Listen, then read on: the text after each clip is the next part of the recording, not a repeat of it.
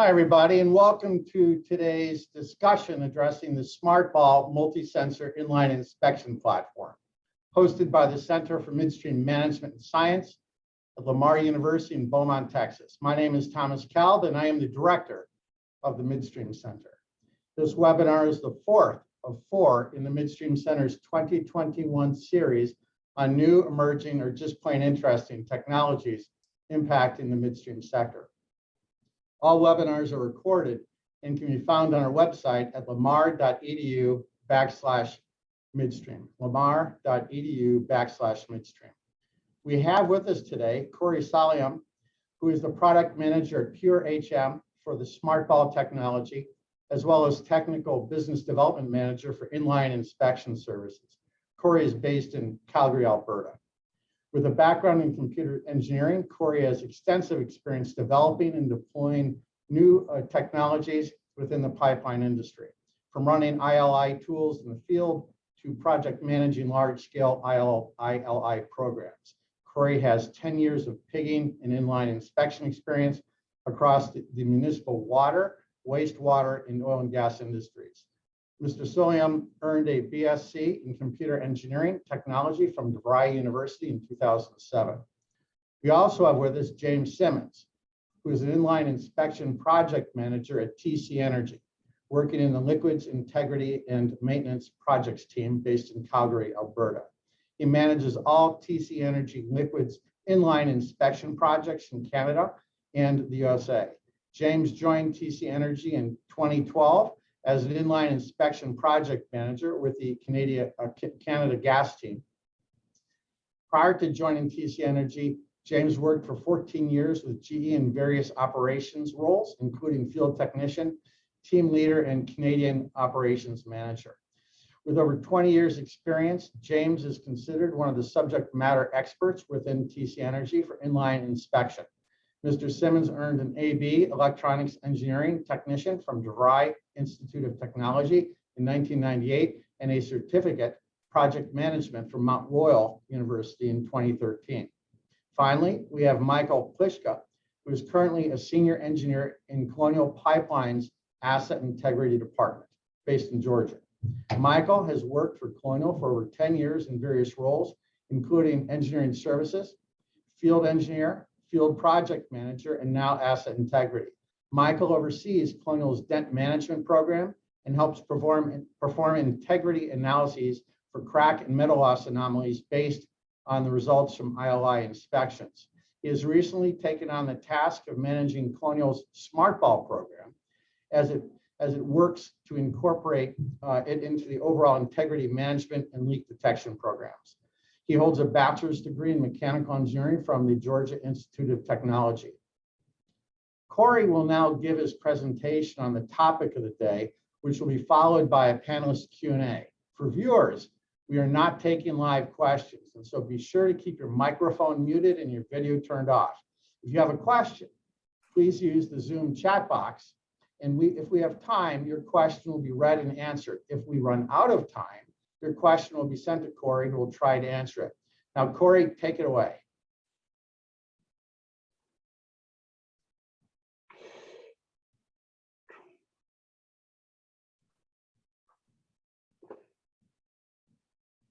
Any second now.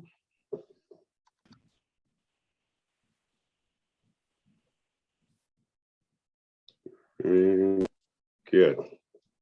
Wrong slide. There we go. Should be good. Thanks a lot, Tom. And thank you for everyone for being here. As Tom mentioned, my name is Corey Solium. I am the product manager for our SmartBall technology and also share the role of business development for our entire ILI division, which includes SmartBall and pig tracking. I'm excited to discuss our SmartBall technology with you guys today. Start things off, I just want to do a bit of an overview on who Pure HM is. So obviously we have an inline inspection division, which encompasses the SmartBall platform, which we'll dive into here shortly. We also have a pig tracking division, which encompasses our proprietary Armadillo AGM system. We're most widely known for our remote tracking technology, which allows us to deploy remote tools, remote AGMs along a right of way, and then remove the technicians from the field, and then remotely track ILI tools, pigs, SmartBalls, that sort of thing. We have our direct assessment division, which is an overline survey division. But what makes it fairly unique is instead of collecting a single source of data for every pass, we actually multiplex multiple data sets together so that we can collect them in a single pass. Things like your overline survey, GPS, depth of cover, coding surveys, that sort of thing. We also have a cathodic protection services division, which handles things like adjustive surveys. We do repairs and installations and full-blown system design as well. And one thing that is not mentioned here would be we have a small integrity management division, which works with operators to assess various data sets and data sources, things like MFL data, crack data, that sort of thing, and look at them holistically to make better informed integrity decisions. This graphic really succinctly shows all the different things that PureHM does. I've already spoken to a number of these items, but some of the ones that kind of pop up that I didn't discuss already would be our permanent remote tracking solution. Here it's labeled as Armadillo Sentinel. Going forward, we'll be calling it Armadillo RTT. We have our pipe wall assessment tool, which works alongside our XLI technology. We have our river scour system, which looks for river scour, very aptly named. We have some AC mitigation solutions, and we also have some autonomous bathymetry and LiDAR tools as well. Up next on the next slide, we'll play a quick video that I think does a really good job of showing how the SmartBall tool moves through the line and is a good intro in the technology itself.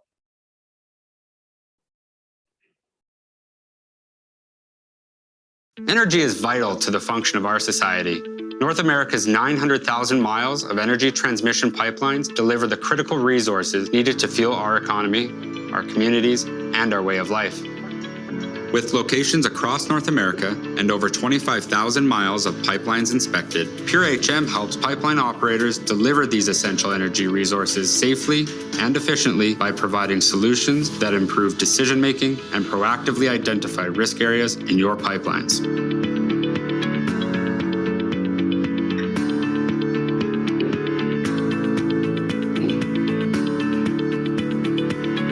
Confirmation of containment is the detection or the ability to detect small leaks in the pipeline that may go undetected by traditional inline inspection methods. Traditional ILI tools are looking for damage that has already occurred. What SmartBall does is it looks for leaks that are going on right now. Because SmartBall can identify small pinhole leaks, it is the missing piece to a complete inline inspection program. The SmartBall tool is designed to be spherical in shape so that it can roll down pipelines silently while collecting acoustic data as it traverses the pipeline. Since the SmartBall is traversing the entire pipeline, it's going to move directly past the source of any leak. This allows us to be very sensitive to even the smallest of pinhole leaks. We can detect a product loss of 0.028 gallons per minute. The SmartBall tool is deployed into pipelines like any other ILI tool. It is then tracked as it traverses the line collecting acoustic data. Because the SmartBall tool isn't full diameter, it means it's not restricted by the same factors that traditional ILI tools are. This allows us to inspect unpickable lines and traverse pipelines very easily. We retrieve the tool at the end of the line where the data is analyzed so that we can report back to our clients to show that their pipelines are contained. The reporting procedure has multiple steps to validate that an anomalous signal is truly, in fact, a leak. Great care is taken to ensure that if there is any issue, we identify it properly and quickly. The SmartBall was always designed to be a multi-sensor platform. So in addition to our acoustic sensor, we have a temperature and pressure sensor to profile the pipeline. We have a magnetometer that is used to collect magnetic field data off the pipeline, and an IMU sensor that is used to collect inertial data. The SmartBall has a 22 Hz transmitter, so it can be tracked like any other conventional ILI tool. The future of SmartBall is really exciting. We're currently upgrading our shell design, and we're always looking to add more sensors so we can provide our clients with additional data sets. Since we're collecting an array of data every time we deploy the SmartBall, we're always looking at new and innovative ways we can use that data to help our clients. In my experience, using SmartBall provides an operator with the best method to ensure containment. Pure HM's innovative technology, proven track record of success, and highly skilled team ensures that clients receive unparalleled service and high-quality data. Working together, we can help our client partners keep their critical pipelines operating efficiently, while at the same time reducing risk.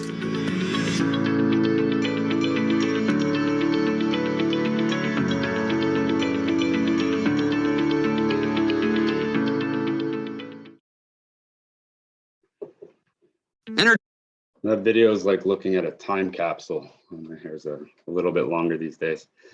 It's the effects of the pandemic. So I touched on it a lot in the video already, but here is a quick overview of what the technology is. So as it mentioned, it's a free swimming tool, which means it's not sealing on the pipeline wall and being pushed by differential pressure. Instead, we size the tool smaller than the diameter of the line, and then it's carried by the flow. It actually sits on the bottom of the line and rolls. You can see in the iteration in this image, it is coated in polyurethane so that it rolls through as quietly as possible. We have an array of different sensors from pressure and temperature, accelerometers, magnetometers, gyros, IMUs. I believe that's it. We can use, for the most part, it gets used on larger midstream lines, but because it is smaller than the line diameter itself, we can actually hit unpickable lines as well. It is effective in both liquid and gas pipelines, though to date we've primarily been running in liquid lines. The biggest reason for that has just been market conditions. There has not been as large of a market demand for this type of leak detection. There are also different types of leak detection that are available that you can actually run from above ground for gases, where you can't quite do the same thing for liquids. And while normally we would launch and receive this from existing facilities, launchers and pig receivers, again, because it's undersized, we can actually run it in unpickables and get creative on how to get the tool into and out of the line.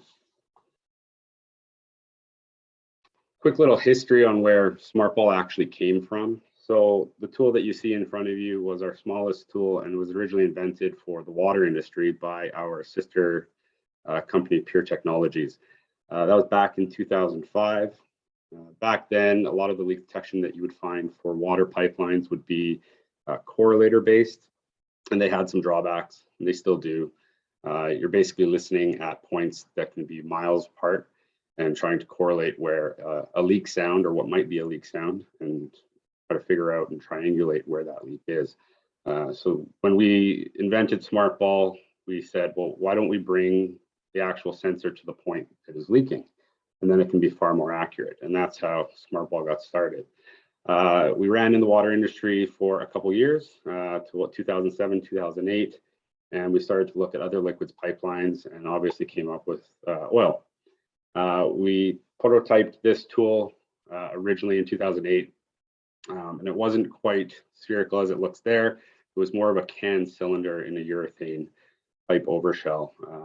This iteration basically proved that the technology still worked in oils, even crude oils, heavy oils, anything that is essentially pressurized will still make a sound if it's leaking. So this proved our point, and then we moved on to our third generation tool, which is the one that you see in the images on the previous slides. This was our first larger spherical shaped tool. We did make a different array of sizes, which you saw on the video previously. This allowed us to get more batteries in the tool to extend the lifetime of the tool so we can inspect longer pipes. Our fourth generation tool and the tool that we are currently using today, we name it our Mark IV, is the tool on the right. It moved from a two-piece kind of clamshell type design that you see on the red iteration to a three-piece banded shell design. This allowed us to double up on all of our O-ring seals. It increased the robustness and the pressure ratings of the tools. It allowed us to go into NGLs, and it also just gave a next generation of electronics, which introduced things like the IMU. We removed the pressure sensor and went to a strain sensor, which still gives us pressure, but it eliminates the external holes or ports in the tool.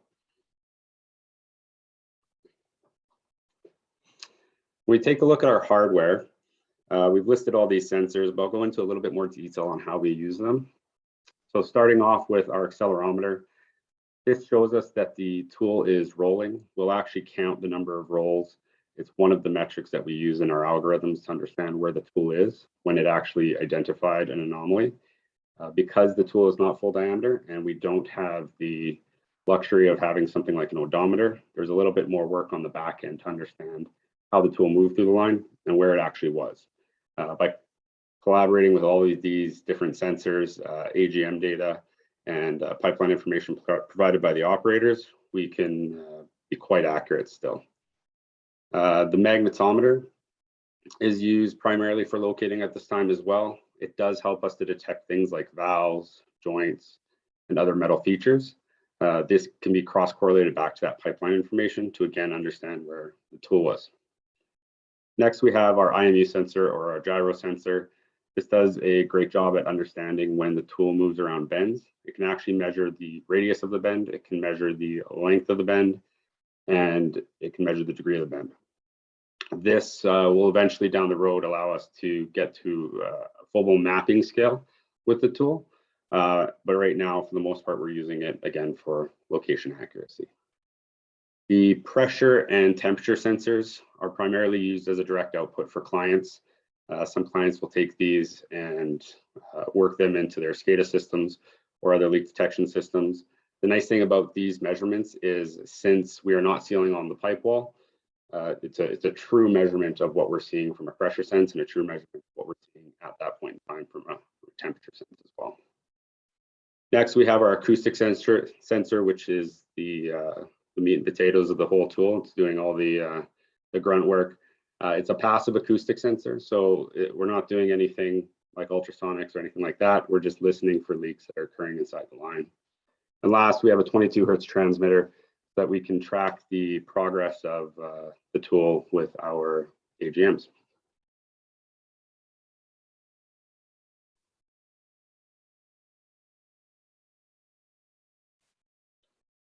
Next, I'd like to discuss some of the benefits on where SmartBall kind of fits into an integrity program. So as we've just seen, there's an array of different sensors. Every time that we deploy the SmartBall, we're collecting all of that data. So we get to the point where we'll be mapping lines. We could be giving you a temperature profile, pressure profile, a map of your line, and a leak detection survey, all in one deployment. The tool itself is very easy to deploy and track. Our largest tool is only about 40 pounds, so it can be launched by a single, I got my phone ringing. It can be launched by a single technician. No need for large cranes or skid steers or any lifting equipment.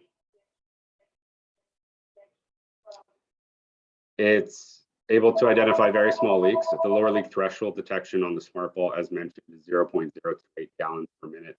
Extremely small. And that's why we talk about it being able to find pinhole leaks. We've talked about the fact that it's undersized, and so it can assess difficult to pig lines, lines with multi-diameters, and unpiggable lines. It can complete very long surveys in single deployments. As you saw in the video, we have an array of different size tools. The smallest tool that you saw has a runtime of 24 hours. The largest tool has a runtime of up to 16 days. And as a whole, when you look at the setup hardware, the SmartBall itself and that sort of thing, the platform as a whole is very lightweight. We can actually ship it around the country very quickly. It allows us to mobilize the site very quickly. We can just ship it through general means, your FedExes, your UPS.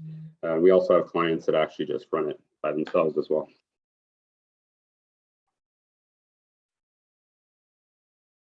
So one of the things you likely heard me say in the video was the term confirmation of containment.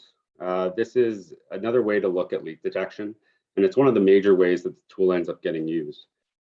So most of the lines that we run in, we're not actually expecting to find a leak, but we're running it to show that the product doesn't currently have any issues. So that may be because of regulatory environment, or it could be as a response to some other alarm or notification. So since we can detect such small leaks, we can be used to verify other types of leak detection systems to ensure that nothing has been missed. When we combine all of the various sensors that we discussed, we can keep our location accuracy down to within plus or minus 1 meter. The tool can be used for routine surveys. We have clients that run as often as every week, sometimes every month, every quarter, and every year. It can be used to complement ILI surveys. So if you have an MFL tool that's ran and it's calling out of a fairly severe wall loss, or you have a crack tool that's calling out a fairly large crack, neither of those tools are going to have a really good time telling if they're completely through wall or if there's any sort of question in there. SmartBall can be deployed very quickly to confirm that, again, your product is contained within your line. You can then take steps to address the callouts made by the other tools. Another way that the tool can be used is over and short confirmation. So if you do have, if your mass balance is calling out a discrepancy between your input and your output, again, SmartBall can be quickly deployed to confirm that it's not actually contributing from a leak. It may be something to like valve inaccuracies. One of the things we get asked about a lot is the pressure and temperature profiles and what you can actually do with them. Lots of our clients actually take them and we'll work them into some of their SCADA systems. Again, since we're not sealing on that pipe wall, we are getting a true representation and a true profile of what we're actually seeing inside the pipeline. You can input into your SCADA system. You can input it into your other leak detection system models as well. They can even be integrated into some ICDA flow models.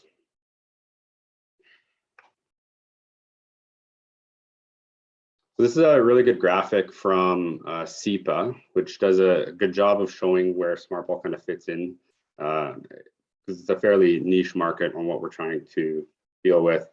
Your circumferential MFL does a great job of tackling your axial slotting and grooving. Your axial MFL will do a great job of capturing the circumferential side. It does a pretty good job of seeing large portions of corrosion and pitting as well. Radial ultrasonics hit almost everything, but not circumferential slotting. But at the end of the day, we're still missing that small piece, which is pinhole leaks, and that's ultimately where SmartBall fits in. None of the tools that I've described here today will be able to see very, very small pinhole defects. They're just ultimately too small for them to be able to see, even with higher resolution tools.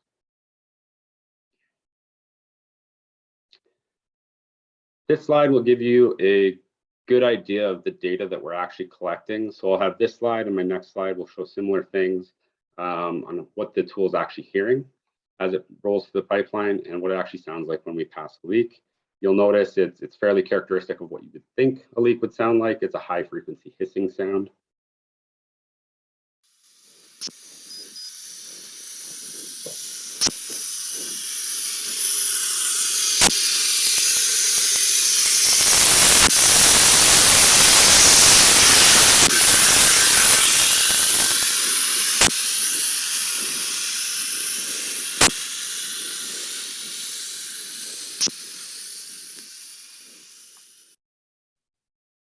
So we'll do another one here. It's going to be a similar leak, but this one is going to focus on what we saw in that top graph.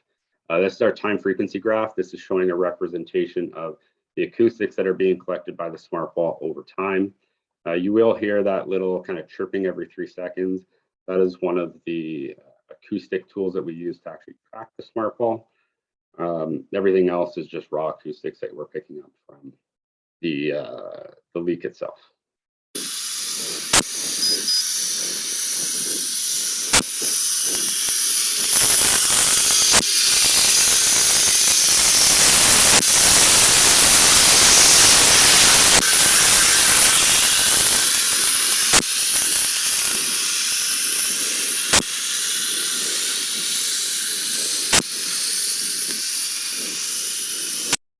So as you could hear and see, as you get closer to the leak, the sound that we're picking up obviously gets louder.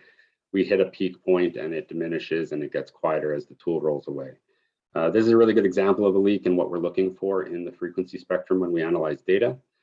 The way that we analyze data is we actually take this visual representation of the acoustics and we pass through that data 2 to 3 times to ensure that nothing has been missed. That's done independently, and then the teams come together to compare notes and identify whether they have seen anything.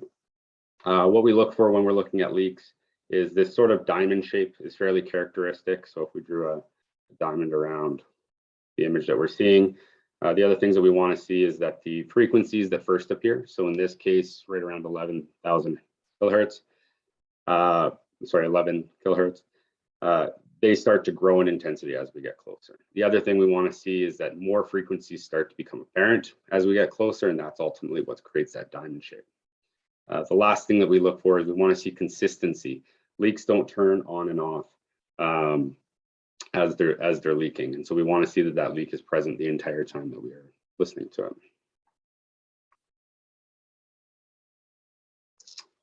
The next thing I want to discuss is where SmartBall fits into your integrity program or in line with other leak detection systems.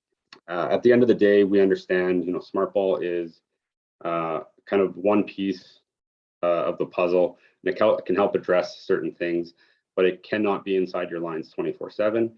There are certain things that it can and cannot do. So to compare this, we'll take a look at a small case study we put together that looks at SmartBall and its leak detection threshold versus the CPM system. And again, I want to stress, I'm not trying to necessarily say one versus the other, because they both have their pros and they both have their cons, but instead we want to highlight the fact that they work very well together. So in this case study, we have a pipeline that is 24 inches in diameter, standard wall schedule 40 pipe flowing at 10,000 barrels per hour. For this sample, we made the assumption that the CPM detection threshold would be about 1%. We did that mostly because it was a nice round number. In reality, 1% for a CPM system would likely be world-class. It's more realistic for that to likely be 2 to 3%. So just keep that in mind when we start to look at these numbers and understand that even as we see the threshold is going to be quite a bit higher than SmartBalls, it's actually in reality even higher than that. We're going to do the same thing for the SmartBall. We've taken a round number, so we've rounded off to 150 milliliters per minute, or about 0.045 gallons, when in reality it's about 114 milliliters per minute, or 0.28 gallons, or 0.028. So the CPM threshold at this 1%, if there was a leak that went just below that threshold of detection, you could be looking at a leak that was 100 barrels per hour. Compare that to a leak that went just under the detection threshold of the SmartBall, and you'd be looking at a leak of just 0.057 barrels per hour. So 1,500 liters versus 9 liters. So again, we want to look at these two things, and SmartBall itself is being a complement to these other tools. CPM and other larger scale continuous monitoring leak detection systems are legislated. But at the end of the day, they're really working to alert operators to very large ruptures or sudden drops in pressure, and they aren't going to do a very good job to identify those small pinhole leaks. And that's where SmartBall fits in. It's a good supplement for these systems to both check and work with to make sure that none of these small leaks go undetected. Just another graph to kind of compare that exact same thing. So if you had a leak just under those thresholds that I mentioned, and it went on for a period of time, you can see how quickly that something just under a CPM leak would actually grow almost exponentially in comparison to what the SmartBall would be at. In just 2 days, a leak under that CPM threshold would almost be equal to what a leak under the SmartBall threshold would be in just a single year. I really don't expect that it would go on that long. Even if we just compare a 1 month comparison, the SmartBall leak would be around 40 barrels, or something under the CPM threshold could be as high as 7,000 barrels. So how can SmartBall help your leak detection program? We've kind of hit on a lot of these already, but I'll just wrap it up and go over them one more time. So interval inspections, this is what I look at as kind of being a little bit more proactive, looking at your assets and deciding which ones are the either high consequence or highest risk or very visible, whether it's in the public eye or regulatory eye, and putting an inspection program together to match up with your other leak detection systems. Over short account balancing and one-off inspections kind of go hand in hand, in that they're a little bit more reactionary. So you're already getting some sort of alarm, or something has told you that you need to be running this tool. And so we can come out and run them in those cases as well. Sometimes you are actually actively looking for a leak at that point, or sometimes you're just looking for that confirmation of containment. In gathering systems, the tool works really well. Generally, these tend to be unpiggable, not always, but sometimes. So again, we can tackle those. We can tackle those smaller lines. The reality is there's likely more leaks there, but the integrity dollars normally do not flow in that direction. And so spending time there is a bit of a challenge for some operators. And then hydro tests are one of the places that we see a lot of calls. Obviously, post hydro test, when the hydro test is failing and the client has spent weeks and a lot of money trying to find the location of the leak, we get calls to come out on an emergency basis. We've even had clients that have done runs pre-hydro test and kept the tool on site on standby in case they did ultimately find anything. That's my presentation for today. I will pass it back to Tom, and I thank everyone for taking the time here this morning. Well, hey, thank you very much, Corey. Very much appreciate your presentation on SmartBall. We're going to go now into a Q&A with Michael and James. If there's time at the end and people have some questions, they can text them to the Zoom text feature, and we'll see if we can get them in. Michael, why don't you lead off with the first question for Corey? Thank you, Corey, for the presentation. One of the things you mentioned about the leak detection limitations for SmartBall around 0.03 gallons per minute. It's actually quite impressive. Is there any way that you can detect or determine the size of the leak based on the data you receive, or is it just simply saying there is a leak here, we don't know the size of it? And then also, can you talk about some of the successes and failures you've had with SmartBall of actually finding real leaks in the system, or if you've missed anything that was found to be a leak afterwards?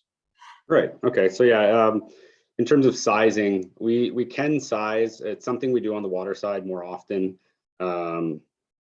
than we do on the oil and gas side, mainly because if we're seeing anything in oil and gas, it's a pretty serious issue. And so we're looking to get that addressed. We do have within, if I went back to that leak image that I spent some time on, there was a blue line there. Essentially, it's telling us how loud that leak is. Based on how loud it is, we can get a fairly accurate sizing. It's going to give you a sense of, like on the water side, we actually use just a very generic small, medium, large sizing to tell clients where to target. But again, in oil and gas, even a small leak, which we determined to be 7 liters per minute or less, is what we call small. Like I said, it's fairly arbitrary, but that's still going to be a pretty serious issue. So we can size, though it's usually leak or not. In terms of successes and failures, a lot of our work ends up being confirmation of containment. We do have a number of leaks that we found, both in North America and in developing countries.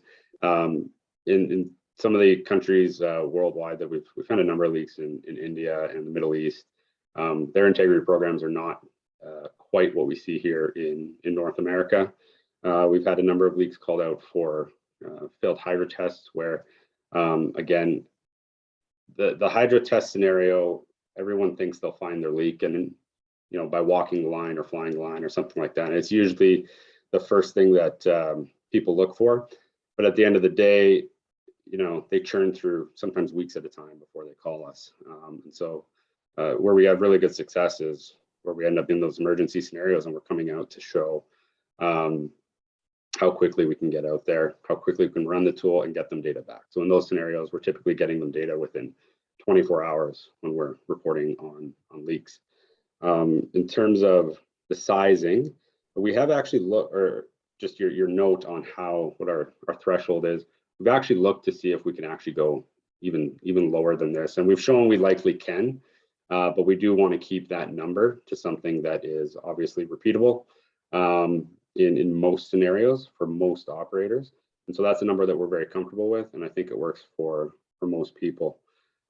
We have had a hard time in some cases finding leaks. It's typically in that hydro test scenario where, and it usually stems back to where the kind of the hydro test results are a little irregular. And what I mean by that is you may bring your line up to something like 1500 psi, and then you will let it drop down. It drops down to 800 psi and holds. And you bring it back up to 1500 psi and you let it draw down, and it draws all the way down to 400 psi. So in those types of scenarios, what you're typically looking at is some sort of crack feature, which is opening and closing with those pressures. It is getting slightly clogged by debris in the pipeline, and it makes it very difficult to create the same scenario when we run the tool versus what we are seeing in the hydro test. So we've had some instances where we've ran the tools. We know they're bleeding down to a certain point, but as we're running the tool, it holds at now 1200 psi. So all of a sudden, we're not sure if it's actually leaking. So that's one of the biggest challenges that we have.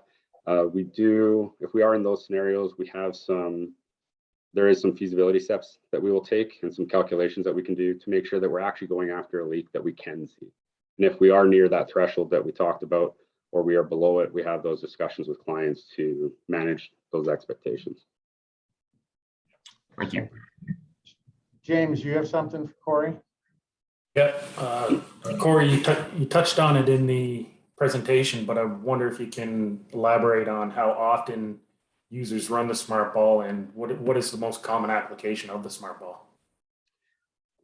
So every client is different. It's interesting to actually work with so many different clients, both in Canada, in the US, and across the world, just to see how they assess their pipelines. At the end of the day, it's going to come down to the risk that they see and perceive for their pipelines. So like I said, we have clients that run every week because they obviously have some concerns over that line that they need to keep an eye on. I believe they have intentions to do things with them down the road, but either the budget isn't there to do those digs and repairs, or it's not quite as serious of an issue that they need to deal with it right now. And the SmartBall is a good fit for them to just keep an eye on it for a short period of time.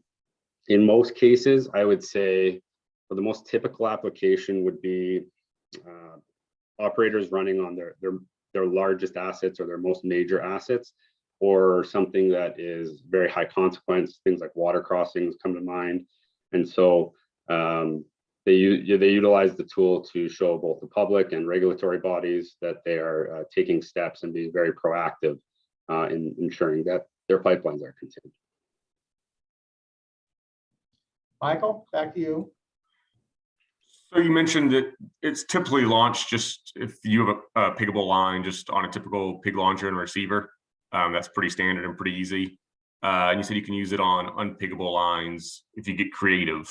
Can you provide a couple of examples of that? Is that pulling a valve and inserting it, tapping the line and dropping it in? How do you launch and receive those situations? Yeah, it can be both. My typical answer to that is let me know what you have above ground. That's usually where we'll start. It might be a pumping facility or something like that. Ideally, it would be somewhere where we can isolate and drop something like a valve or a spool piece and then introduce the tool that way. Most launchers are constructed in such a way that they can actually take that pig, let it seal, and then push. Since the pigs are larger diameter than the nominal diameter of the pipeline they're inspecting, they're actually being pushed and sealed in. Since we don't have to do that, we can literally drop that ball. And so once you drop that spool piece, you can insert the tool, bring that spool piece back in, flood, and launch that way. We've also done the tapping option as well. Usually it's tapping on, depending, it varies on the size of the line that we're dealing with and the size of the tool that we need.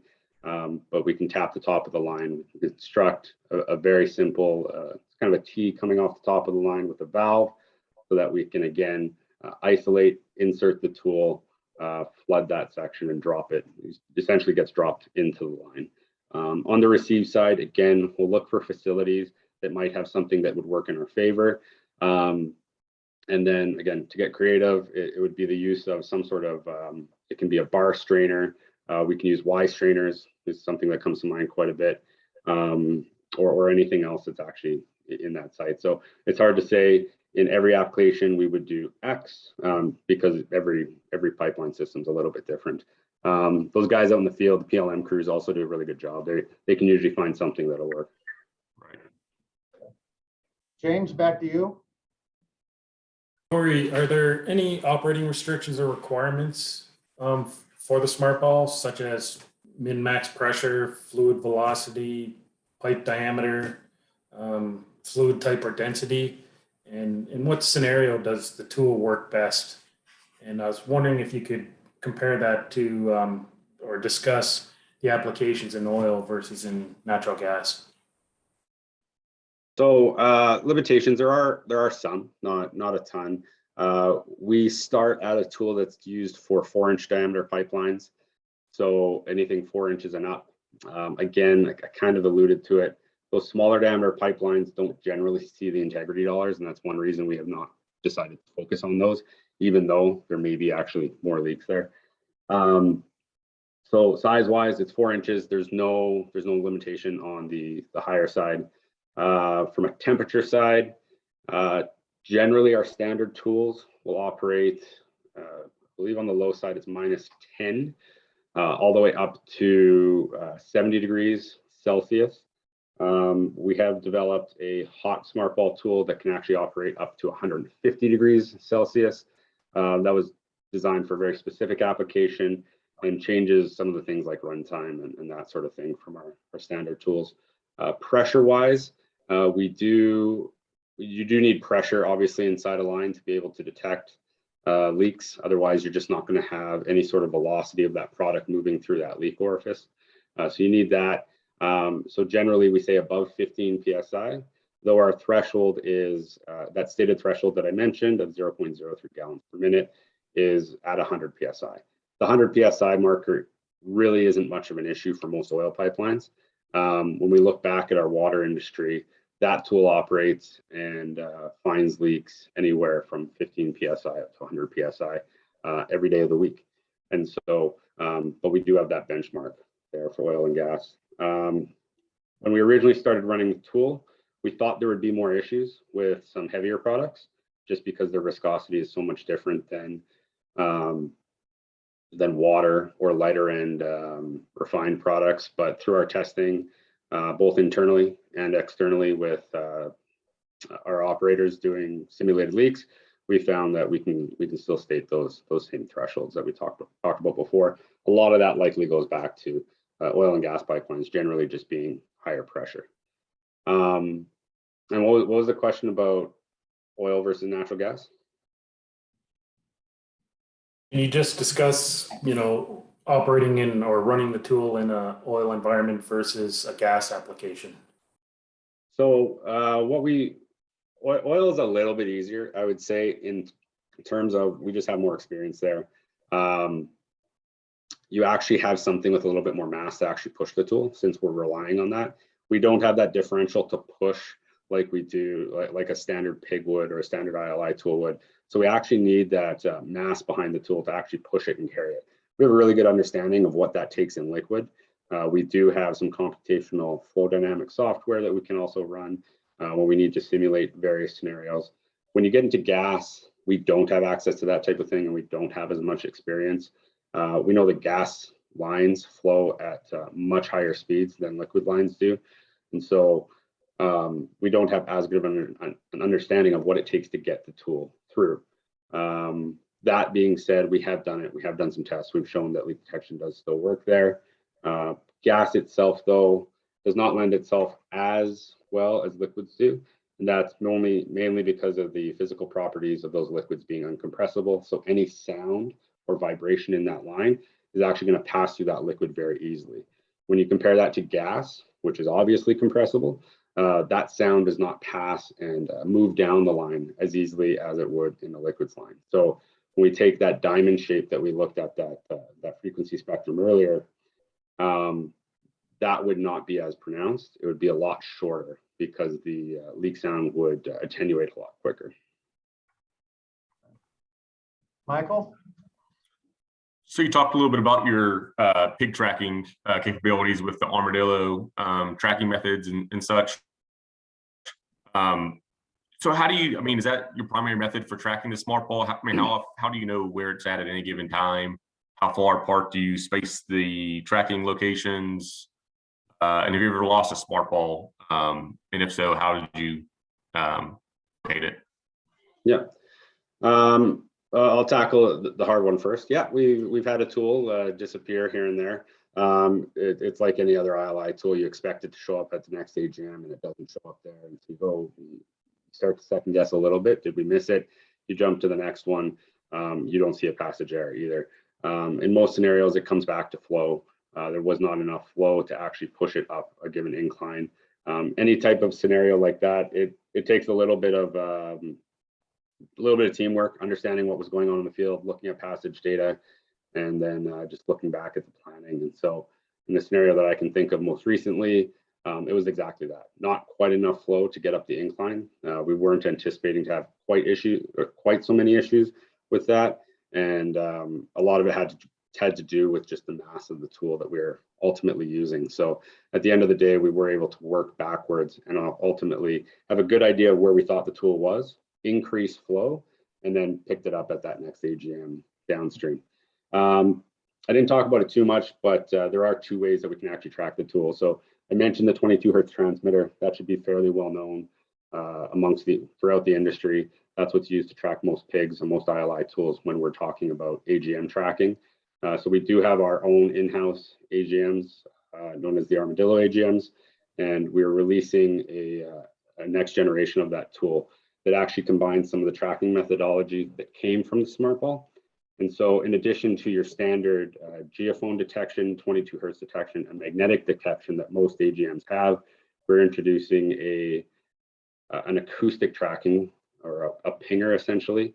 So when we have direct access to the pipeline, either at a valve or a dig site or a hydrovac site, we can actually put that sensor on the pipeline. That came from the water side of our SmartBall tech. But what we found is, because we're dealing with a high frequency ping, we essentially have no noise in the frequencies that we're listening in. So any of the factors that tend to get in the way for your 22 hertz interference, your geophone noise, or your magnetics essentially don't exist when we're tracking with that pinger. So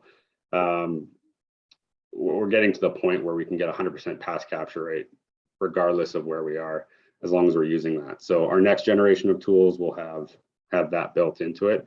So four levels of detection versus your standard. Gotcha. Thank you. Okay, James, back to you. Or another one? Corey, can you speak to the pros and cons of the SmartBall in comparison to a more traditional ILI tool?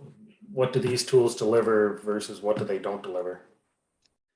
You know, a lot of people want SmartBall to find corrosion, and unfortunately, it doesn't. I wish it could. I think we'd make a lot of money if it could, but it's just not in the cards. We are, as I mentioned, we are continuously looking at what we can do to develop. We do have some interesting things on the magnetometer side, but when I compare it to an MFL tool, I just can't do what an MFL tool can do. I cannot find cracks. I cannot find corrosion.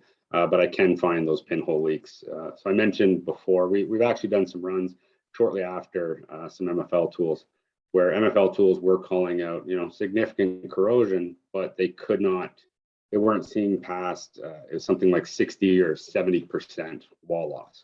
And so you have a client saying, we think we have a leak, and an MFL data set saying, well, you have like significant wall loss, but we don't think it's leaking. SmartBall comes in, runs through quickly, and very easily says, yes, indeed, that is leaking. So it's not a 70% wall loss thing that you can deal with a few months down the road. It's an active leak and you need to go after it right now. Wasn't quite your question, but again, the pros and cons against other leak detection systems, the biggest one is that the SmartBall is a snapshot in time, right? It has a very low detection of threshold. Or threshold detection, but it can't be in your lines at all times. It'd be a lot of work to obviously continually run this thing 24/7, and the amount of data would be obscene. So that's why it works so well with those other leak detection systems, depending on the risk assessment that the operator deems necessary. Okay. Michael, one more? So how widely used has SmartBall been since it's been developed? I mean, it sounds like you've used it all over the world. I don't know if you know how many countries you've run it in, how many miles of pipeline you run in, ballpark number of leaks you found. Sounds like it's pretty widely used by a lot of industry or several industries and a lot of different companies. Is that right? Yeah, absolutely. I mean, we're fairly focused here in North America, and we do run in kind of that midstream world more than anything. So you won't see us necessarily in the upstream side quite as much. In terms of all over the world, we definitely have. Working internationally is challenging though at times. We've had some success in some of those places. We haven't necessarily set up shop in some of those areas necessarily though. That's just a completely different challenge from a business sense, not necessarily in terms of the SmartBall itself. In terms of leaks, in terms of active leaks, I believe we are around 15. And again, that goes back to us doing so much confirmation of containment versus actually chasing active leaks. But we have, something around 50 or 60 simulated leaks that clients have ran to validate the technology. We always promote it to our operators. We're very comfortable with our leak threshold and what we can detect. And we typically promote, especially new operators, to run something like a simulated leak so that you can actually see a leak on your pipeline. It seems to resonate a lot better with them. I didn't plan on that pun, but it was a pretty good one with resonating. What else did you ask there? That was number of leaks. Miles of pipeline, roughly. Miles of pipeline, last tally that I had, we were around 34,000 miles. 34,000 miles, yeah. And since about 2008. So obviously 2008, 2009, the first 3 to 4 years was a pretty slow start. The last couple years we're running in the vicinity of 5,000 to 7,000 miles per year. So it's picked up quite a bit. Let me add something to Michael's question. Have you seen most upstream owned gas companies, or a lot of them, own large gathering systems? Are you seeing an uptick in interest from upstream companies to run SmartBall in their gathering systems, which generally aren't piggable, but are being subject to more and more regulation? A little bit, but it's not super quick. It usually goes back to the amount of integrity dollars that are flowing in that direction. We have put together some lower cost models for some of those operators that fit within what they're trying to tackle. It might be something like a small single tooled kit that can address a very specific diameter of pipeline. And it just wasn't really catching traction. And I think a lot of it just goes to those integrity dollars. The conversations that I have had say exactly what I said earlier, like there's likely more leaks in those systems than anywhere else.